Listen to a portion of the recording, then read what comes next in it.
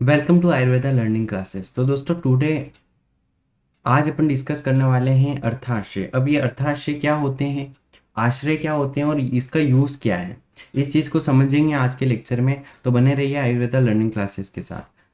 तो 21 अर्थाशय, पहले तो ये पता होना चाहिए अर्थाशय होते कितने हैं, है ना। 21 अर्थाशय होते हैं। अब इसमें क्या है कि क्वेश्चन किस टाइप से आते हैं ये भी अपन डिस्कस करेंगे। लास्ट वाला जो वीडियो होगा ये सारे टॉपिक होने के बाद उसमें कौन कौन से टॉपिक से कितने क्वेश्चन आते हैं, किस टाइप से आते हैं, सारी चीज़ें अपन उसी लेक्चर में डिस्कस करेंगे। तो सिर्फ इस लेक्चर में अर्थाशय डिस्कस करने वाले हैं। तो अर्थाशय कितने होते हैं पहले ये पता होना चाहिए। 21 अर्थाशय होते हैं टोटल, जिनको आश्रय भी बोलते हैं। अब अर्थ का आश्रय यानी अर्थ को समझने के लिए अपन जिन शब्दों का आश्रय लेते हैं उनको क्या बोलते हैं, अर्थ, अर्थाश्रय। ठीक है। तो इसकी सिंपल डेफिनेशन क्या हो गई, अर्थ को समझने के लिए जिन शब्दों या जिन वाक्यों का यूज लिया जाता है उनको क्या कहते हैं, अपन अर्थाश्रय कहते हैं। ओके। सो नेक्स्ट क्या बोल रहा है, ये सरल बनाने के लिए, यानी किस चीज को जो बहुत ज्यादा टफ है, जिस चीज समझ में नहीं आ रही उसको सरल बनाने के लिए निम्न युक्तियों का आश्रय लिया जाता है। ठीक है, उनको क्या कहते हैं, अर्थाश्रय कहते हैं। और ये कितनी होते हैं, 21 होते हैं। अब ये किसने बताया, अष्टांग हृदय ने टीका लिखी, अरुण दत्त। अरुण दत्त ने अष्टांग हृदय पे जो टीका लिखी है उसमें कितने 20 यानी 20 आश्रय बताए हैं, यानी अर्थाश्रय बताए। जबकि तंत्र युक्तिकार ने एक अर्थाश्रय बताया, वो कौन सा है, उपाधि लोप। कितना बताया, उपाधि लोप किसने बताया, एक बताया, यानी 20, यानी 20 और +1 यानी 21 हो जाते हैं फिर। ठीक है। अब ये कौन कौन से हैं इसके बारे में बात करें अपन, तो आदि पद लोप है ना। तो देखो आदि पद लोप से समझ में आ रहा होगा, आदि मतलब स्टार्टिंग है ना, जो स्टार्टिंग का वर्ड है वो क्या हो गया, मिसिंग हो गया, तो उसको क्या बोलेंगे, आदि पद लोप। यदि बीच का हो गया यानी सेंटर का कोई मिसिंग हो गया वर्ड, तो वर्ड मतलब कि जो शब्द था वो, है ना, तो वो क्या बोलेंगे उसको, मध्य पद लोप। अब अंत यानी लास्ट वाला जो पद है उसका लोप हो जाए तो उसे अंत पद लोप बोलते हैं। ओके। अब उभय पद लोप यानी कि कोई भी दो हो जाए, स्टार्टिंग सेंटर वाला या सेंटर लास्ट वाला या लास्ट फर्स्ट वाला, ऐसे कोई भी पद का लोप हो जाता है उसे क्या बोलते हैं, उभय पद लोप। ओके। फिर आदि मध्य अंत यानी सर्व सभी का, स्टार्टिंग वाले, बीच का और लास्ट वाले सभी का लोप हो जाए उसे क्या बोलते हैं, सर्वलोप। तो इस तरह का कोई एग्जाम्पल तो नहीं मिलेगा सर्वलोप का। लेकिन देखो आदि पदलोप की बात करें अपन तो क्या बात करेंगे, जैसे मांस रस भ्रंगण कारक होता है, तो यहाँ पर मैं मांस गायब कर दूं तो क्या बन जाएगा, यानी आदि का लोप कर दिया मैंने तो यहाँ क्या हो जाएगा, रस भ्रंगण कारक होता है। लेकिन पता होना चाहिए ना यहाँ पर कौन सा रस। फिर मध्य वाला का यदि मैं इसमें ही कर दूं कि अब मैं जैसे ये सेंटेंस दे रखा है, अन्न स्वरूपी विज्ञानी पूर्ण, है ना, तो इसमें ये स्वरूप गायब कर दूं तो अन्न विज्ञानी, तो इससे कुछ समझ में नहीं आएगा, इसलिए बीच का कोई मिसिंग हुआ तो ये मध्य पद लोप हो गया। अब मैं बात करता हूँ अंत वाले की, तो अंत वाले में क्या बात करेंगे अपन, जैसे कि कोई भी सेंटेंस है उसका अंत वाला गायब कर दिया मैंने। ओके। तो वो चीज़ क्या कहलाएगी, अंत पद लोप। अब इसके उभय पद लोप भी आप समझ ही गए होंगे, है ना, स्टार्टिंग वो सारा कुछ मैंने बता दिया है। अब नेक्स्ट अपन बात करें कि उपाधि लोप की, तो उपाधि लोप किसने बताए, तंत्र युक्तिकार ने बताई है, इसका एग्जाम्पल स्पष्ट नहीं है। ठीक है। अब जैसे उपाधि देते हैं ना वो चीज वाली इसमें आ जाएगी। अब वर्णोपजनन क्या होता है, वर्णोपजनन मतलब एक शब्द के प्रयोग से अन्य बिना उल्लेखित की गई वस्तु का भी ग्रहण करना। जैसे कि पार्थिव शब्द के कथन से गंध और ग्रहण शब्द का ग्रहण करना। जैसे अपन पृथ्वी नाम लेते हैं तो वहां पर उसका विषय भी ग्रहण कर लेते हैं, यानी उसका विषय क्या हो गया, गंध हो गया, और उसकी इंद्रिय कौन सी होती है, तो ग्रहण इंद्रिय होती है। तो ये भी अपन उससे समझ जाते हैं। तो वर्णोपजनन से ये समझना चाहिए, अर्थाशय क्या लेना चाहिए वर्णोपजनन का, कि दूसरे शब्दों को भी अपन समझ लेते हैं उससे रिलेटेड। ठीक है, वो वर्णोपजनन में आता है। अब ऋषि क्लिष्ट की बात करें, है ना, तो ऋषि क्लिष्ट क्या है कि ऋषि गुरु, गुरु के अशुद्ध उच्चारण या शिष्य के अशुद्ध श्रवण से, यानी कि टीचर जब बोल रहा है, जब स्टूडेंट उसको अच्छे से नहीं सुना या टीचर ने अच्छे से नहीं बोला, अशुद्ध रूप से बोला, ठीक है, तो वो चीज उसके कारण क्या होता है, अशुद्ध शब्द भी ऋण हो जाते हैं, यानी अशुद्ध शब्द भी क्या हो जाते हैं, टफ हो जाते हैं। जैसे कि टीचर ने बोला लोम, लेकिन आपने सुन लिया रोम, है ना, तो रोम क्या होता है, हेयर होता है, लेकिन लोम क्या होता है, वो छिद्र होते हैं, हेयर जहाँ से निकलता है उसको क्या बोलते हैं, लोम। तो ये चीज में काफी डिफरेंट है। तो ये ऋषि क्लिष्ट अर्थाशय हो गया। अब जैसे तंत्र शैली की बात करें अपन, तो तंत्रकार के द्वारा विस्तृत विषय को संक्षेप में या संक्षिप्त विषय को विस्तार से समझाने के लिए जिस युक्ति या शैली का यूज किया जाता है वो क्या कहलाती है, तंत्र शैली कहलाती है। ठीक है। अब तंत्र संज्ञा की बात करें अपन, तो तंत्र संज्ञा क्या है, विषय का वर्णन करते समय सप्रमाण सिद्ध करने के लिए जब अपने तंत्र में सप्रमाण उदाहरण देते हैं। जैसे तंत्र स्थित्या कपम, वहां पर श्लोक पढ़ा होगा आयुष्कामी अध्याय में आपने, तथा मारुतम धनंती त्रय स्थित्या कपम, तो वहां पर ये चीज बता रखी है कि त्रय स्थित्या जो नीचे वाले 3 रस होते हैं, मधुर अम्ल लवण कटु तिक्त कषाय, कटु तिक्त कषाय रस होते हैं, वो कफ का शमन करते हैं।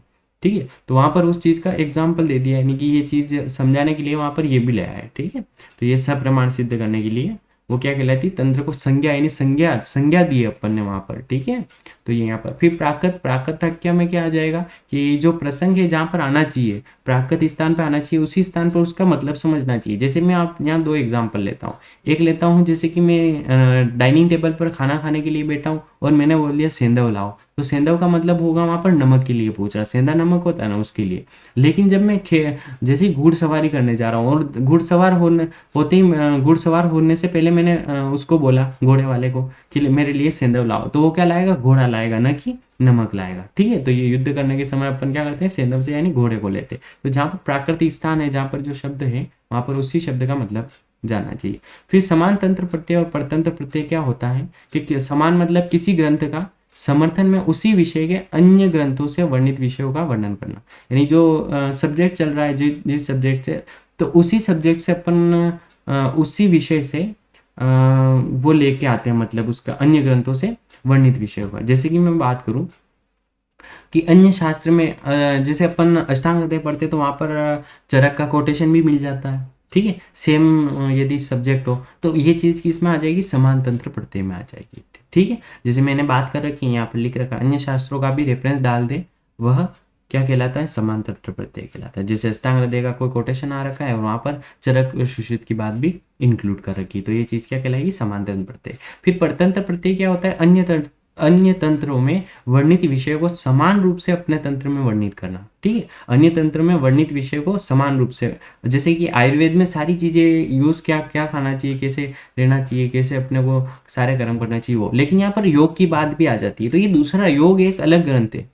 ठीक है, बेसिकली अपन समझे तो योग अलग ग्रंथ है, तो वो चीज भी यहाँ पर आ चुकी है। तो ये परतंत्र प्रत्यय की है ना, इसमें आ गया। अब हेतु हेतुक धर्म क्या होता है, हेतु हेतु यानी किसी भी डिजीज का कॉज हो गया, तो विकृति रोग का हेतु है। ठीक है, जब उससे संबंधित किसी दूसरे विकृति या रोग का हेतु बन जाता है तो हेतु हेतुक धर्म कहते हैं। एक डिजीज का जो वो था हेतु, अब वो डिजीज हो चुकी, लेकिन अगली डिजीज का जो फर्स्ट डिजीज है वो हेतु बन चुकी थी, हेतु हेतुक धर्म कहलाता है। समझ में आ गया। अब कार्य कारण धर्म क्या होता है, तो इसमें कार्य से कारण का, कारण से कार्य का ग्रहण करना चाहिए। कारण देखो, कार्य कोई कार्य हुआ है ना, तो कार्य से कारण का, कार्य कर दिखते ही अपन क्या लगा लेंगे, पता वहां पर कोई कारण है, और कारण से कार्य को ग्रहण करना। जैसे रोग से दोष वैषम्य और दोष वैषम्य से रोग, रोग किससे होते हैं, दोषों में विषमता आने से, और दोष विषमता होगी तो उससे क्या रोग होगा, तो ये किस में आ जाएगा, कार्य कारण धर्म में आ जाएगा।